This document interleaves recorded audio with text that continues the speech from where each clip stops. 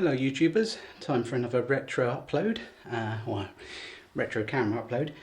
Not long got back from seeing my friend Mike, who very kindly picked up these cameras from a friend who's had them sitting in the loft, and they've been salvaged. Now if you're anything like me into retro cameras, seeing this unit, no doubt you'll be thinking dreaded caps, as do I.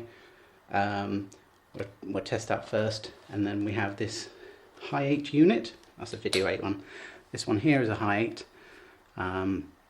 Standard model, so it lacks the steady shot, but does have night vision and does have a flipping out screen and a battery included. That's always nice to see. Guessing it's completely dead. Yes. So we'll take that off. It did come with one power supply, which isn't the one for this, but it's one for that. But it's a third-party one that's currently being used to try and charge the battery, though it's the lead acid type on those, so highly unlikely to take a charge anyway. But I've got an official Sony one here, so we'll try powering this one up first, and then this one I've got more hope for. These generally are quite good. There's a tape in there which I'll salvage from the camera, and any sort of stuff on there I'm going to put on a DVD for them. But yeah, let's test this one first. So, I'm not sure if it's enough power or the right connection, to be fair. Should be. Sony were pretty good with using the same at that time period. However, no, I don't think it is. Oh no. Right, let's try. That is in camera mode. There's no flash of light there or anything. Try VCR mode. Nope. Eject. So power on this one, it needs 6. Oh, so it's going 6 volt. Let's check the power supply.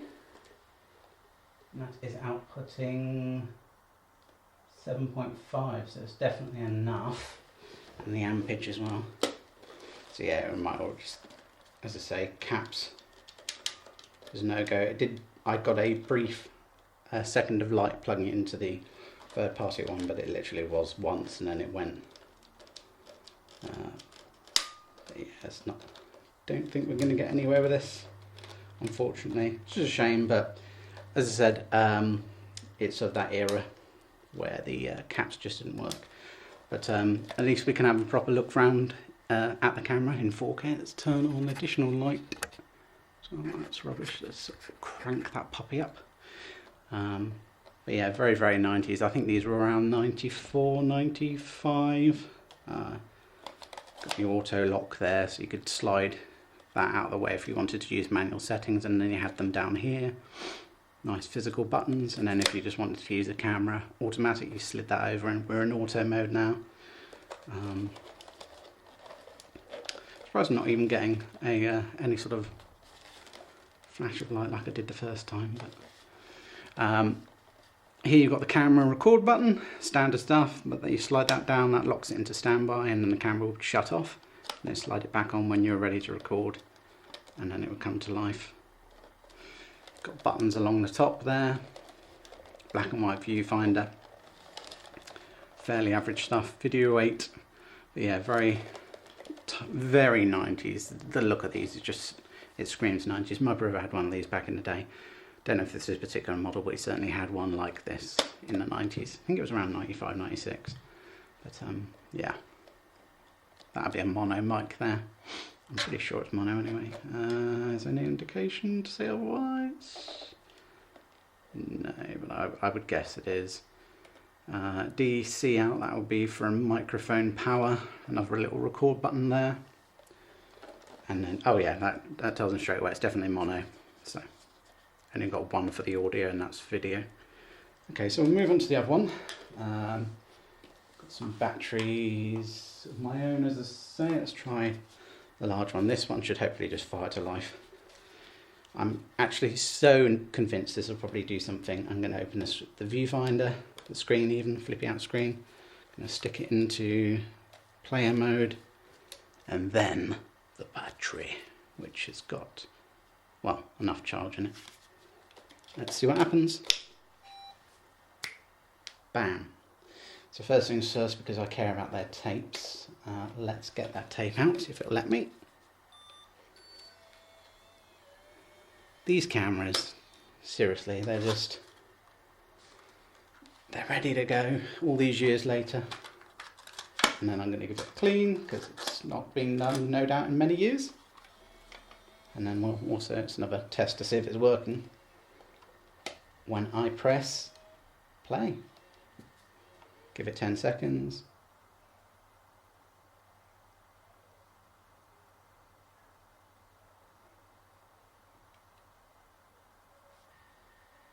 Done. Successful. These cameras, it really is just so reliable. Yes, you get that, you can get the C32 errors and the pin coming off that helps with the mechanics of the tape. Let's put the official Sony back in there.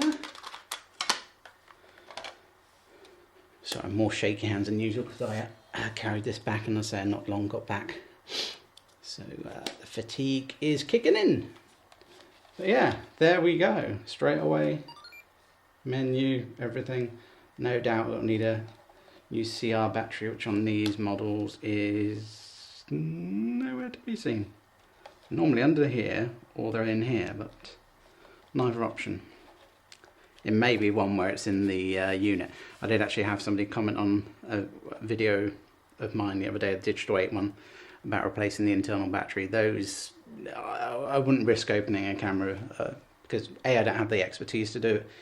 B, the chances of buggering it up by opening it to put in a battery is just not worth the aggro. Also somewhere on the door, but this one isn't. But yeah, this seems to be, well, it is, it's operational, it's played the tape. The tape is safe out of it. So the next upload, I won't do it in this video, I'll do a separate upload, will be a demo video of this quality. Let's stick it into camera. I suppose there could always be a chance of clock set because the battery's dead. There can always obviously be a problem with the camera side, but it has fired up. It's fired into not shot. Let's turn that off. There we go. You zoom in, you're zooming in. No steady shot though. Whoa. On my hands as well. God. But yeah, another camera for the collection, and one that I will probably mostly use for just analog playback because it'll play video 8 and high 8.